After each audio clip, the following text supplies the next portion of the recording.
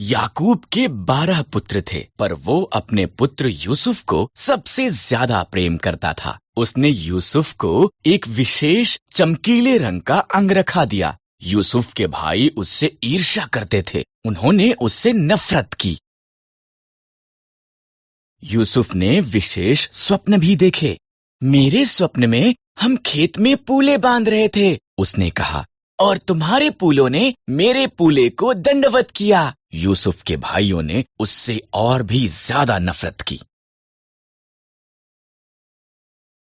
यूसुफ ने एक और स्वप्न देखा।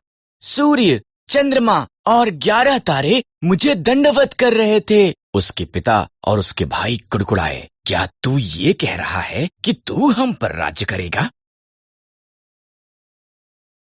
एक दिन यूसुफ के भाई खेतों में उनकी भेड़ों की निगरानी कर रहे थे। उन्होंने उसे उनकी तरफ आते हुए देखा। उन्होंने उसे मार देने और उसके स्वप्नों का अंत करने की योजना बनाई।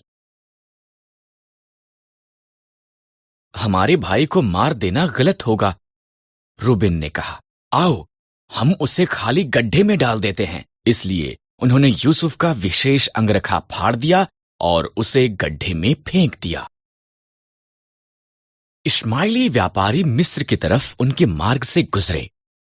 आओ, हम यूसुफ को इश्माइलियों के गुलाम के रूप में बेच देते हैं, यहूदा ने सुझाव दिया। इसलिए भाइयों ने यूसुफ को चांदी के 20 सिक्कों के लिए बेच दिया।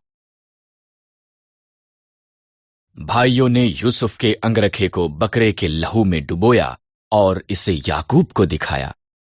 मेरा पुत्र मर गया है, वो रोया। इसी दौरान यूसुफ को मिस्र में ले जाया गया, लेकिन परमेश्वर यूसुफ के साथ था। मिस्र में इश्माइलियों ने यूसुफ को पोतीपर के पास बेच दिया, जो फिरौन का हाकिम था। परमेश्वर ने यूसुफ को आशीष दी और उसे सफल बनाया। पोतीपर ने यूसुफ को अपने पूरे घराने का अधिकारी बना दिया।